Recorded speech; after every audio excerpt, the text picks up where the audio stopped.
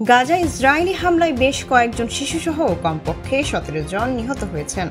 এক মাস ধরে চলা ইসরায়েলি অবরোধের মধ্যে শনিবার এই হামলার ঘটনা ঘটে। রবিবার সংবাদ মাধ্যম আল জাজিরা জানায়, শনিবার সন্ধ্যায় গাজা উপত্যকার দেইর আল বালাহতে বাস্তুচ্যুত পরিবারগুলোর আশ্রয় নেওয়া তাঁবু লক্ষ্য করে হামলা চালায় ইসরায়েল। এতে ৪ ফিলিস্তিনি নিহত এবং আরও অনেকে আহত হয়েছেন। এর আগে ফিলিস্তিনি সংবাদ সংস্থা ওয়াফা জানায়, শনিবার সকালে গাজা শহরের সাবরা পাড়ায় আরেকটি তাঁবুতে ইসরায়েলি যুদ্ধ বিমান বোমা হামলা চালালে তালাইব পরিবারের ৫ সদস্য নিহত হন।